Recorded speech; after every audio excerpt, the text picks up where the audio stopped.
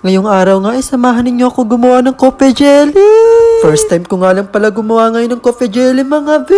At ang sabi ko kay ate, gumawa kami ngayon ng coffee jelly kasi nagugutom ako. At dali-dali nga ako kaninang bumili ng 2 gulaman at 1 gatas. At ang sabi pa nga sa akin ng ate, 1 lang daw ang biling kong gulaman. At ang sabi ko nga kay ate, baka kulangin tayo.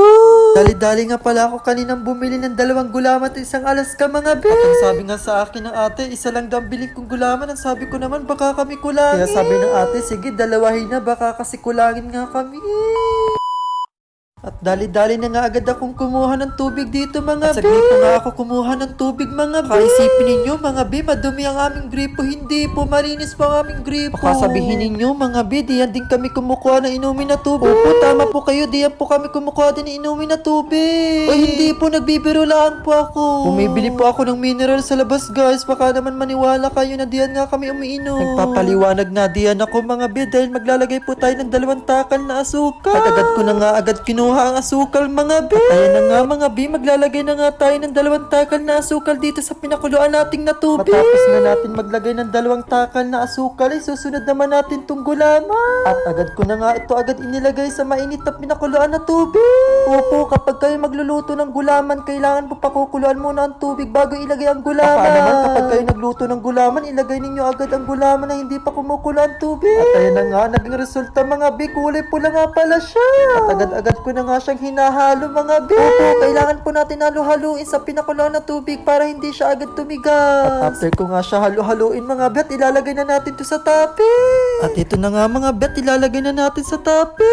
Saka mga be, kapag kayo magugulaman, kunting tubig lang, baka naman damihan nyo ha. At aantayin nga lang pala natin siya guys tumigas. Tigas na yung sakin. O iba na yun. Habang pinapatigas nga natin ng gulaman mga be, kakain muna tayo ng ice cream. Kaya wag na tayo magpaligoy-ligoy pa mga be, buksan na agad natin to kasi takam na ako. Tamang-tama to mga be, kasi sa sobrang init, 3:00 nga pala ngayon ng hapon. Ang sarap nga pala nitong binigay sa akin natin na ice cream mga be.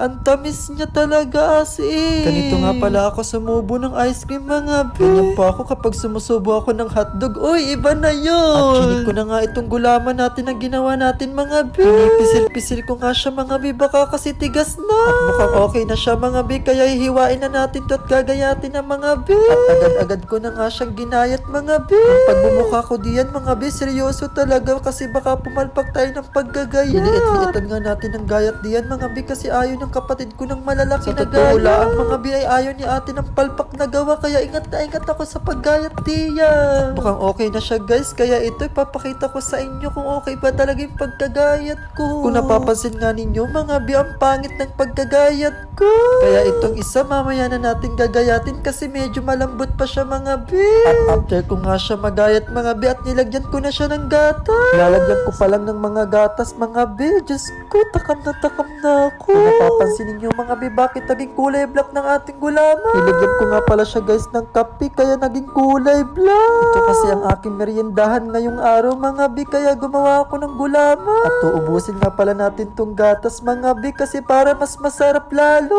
At agad ko ngang hinalo itong gulaman mga be.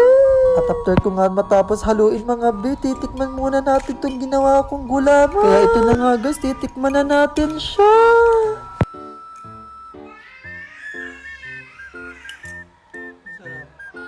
At ayun na nga mga be, buti na lang talaga may lasa.